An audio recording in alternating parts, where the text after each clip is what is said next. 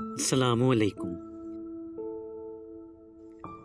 ایک تاجر کے پاس ایک طوطا تھا جو خوش آواز اور بہت خوبصورت تھا۔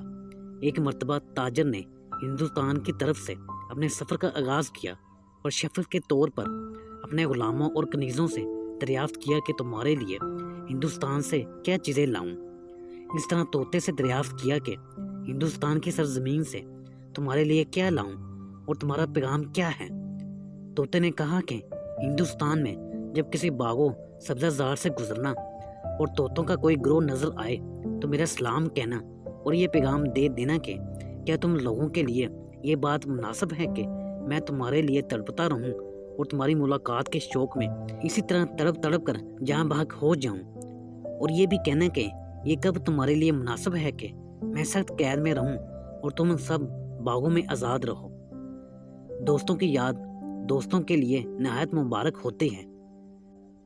تاجر نے اپنے پنجرے میں بند طوطے کی طرف سے جب ہندوستان کے طوطوں کے ایک گروہ کو یہ پیغامات سنائے تو طوطوں نے بھی اپنا سلام اس کو پیش کیا، مگر ایک طوطے نے اس چمن میں جب یہ پیغام سنا تو اس کے جسم میں لرزہ طاری ہو گیا اور شاخ سے کانپتا ہوا زمین پر گر گیا اور بالکل مردہ سا ہو گیا۔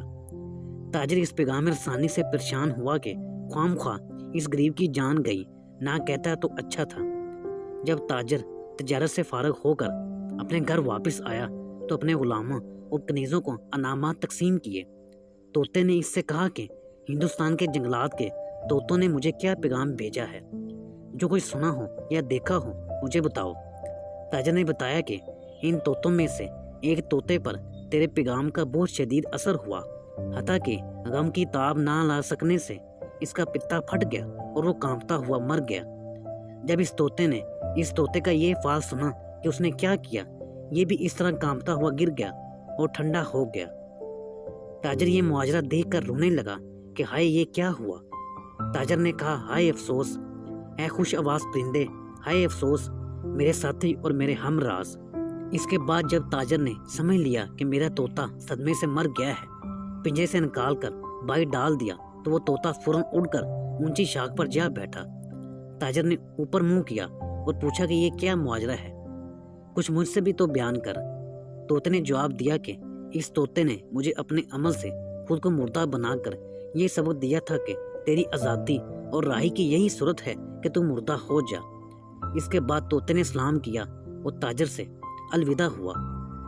چنانچہ رخصت ہوتے ہوئے طوطے نے کہا اے میرے سردار، میں نے اپنے وطن یعنی بغداد کا رخ کیا، اب تجھ سے رخصت ہوتا ہوں اور اللہ کرے تو بھی میری طرح نفس کی زنجیر اور قید و بند سے آزاد ہو جائے تاکہ تو بھی قرب الہی کے باغ میں سیر کرے۔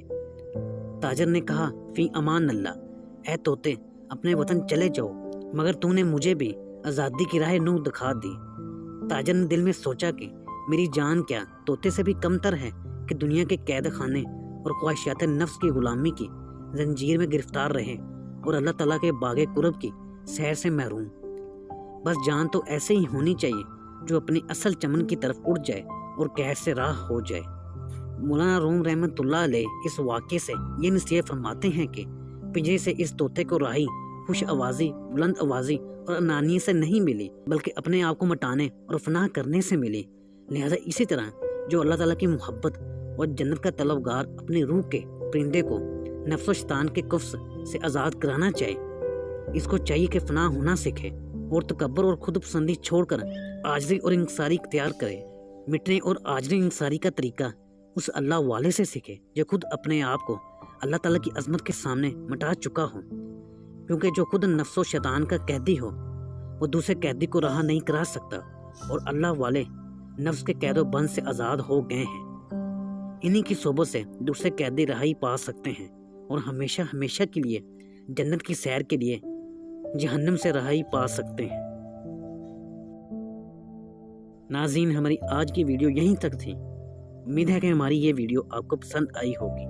ویڈیو پسند آنے پر اسے لائک بھی کر دیں اور ہمارے چینل کو سبسکرائب بھی کر دیں، گھنٹی کے بٹن کو پریس کر دیں تاکہ اس طرح کی مزید اچھی ویڈیو آپ تک بر وقت پہنچ سکیں۔ شکریہ، اللہ حافظ۔